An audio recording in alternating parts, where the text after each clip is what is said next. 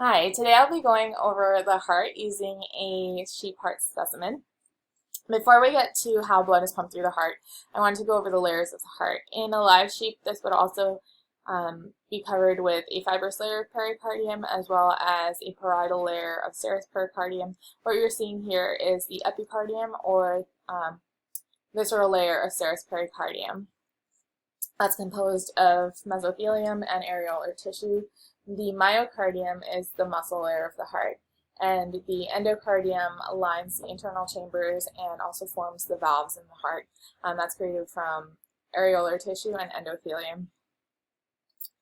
Deoxygenated blood pumps from systemic circulation into the heart via the superior and inferior vena cava and drains into the right atrium. So you can see my probe will come out through the atrium past the tricuspid valve, which is that darkish matter there, compressed, kind of hard to see. The blood flows from the right atrium to the right ventricle, and when that ventricle contracts, blood flows past the pulmonary valve into the pulmonary artery, entering pulmonary circulation, entering the pulmonary circuit, and sent to the lungs where it receives oxygen.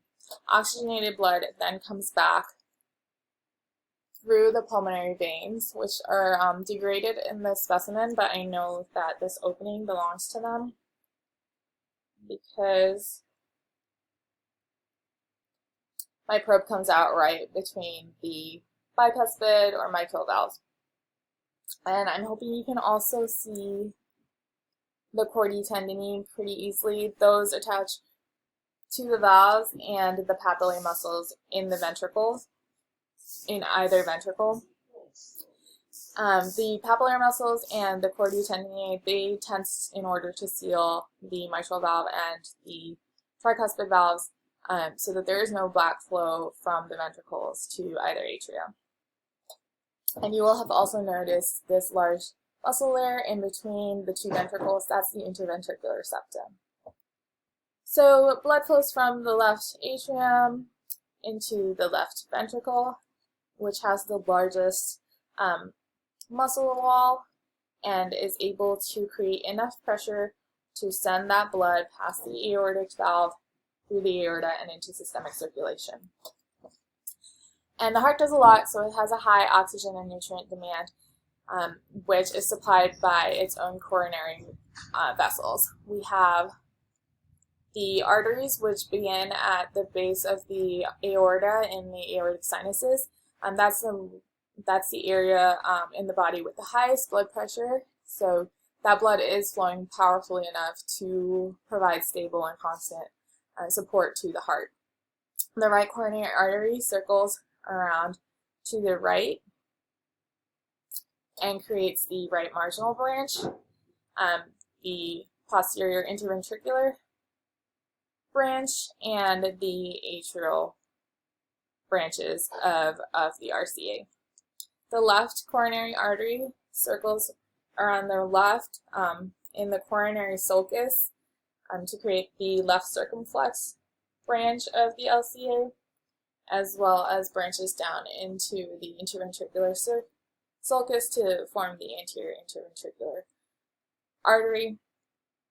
And it also has a left marginal branch. And of course, the heart will also have veins.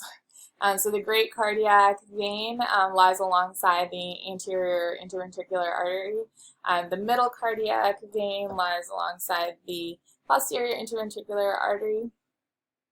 And the left ventricle is also supplied or drained by the posterior vein of the left ventricle.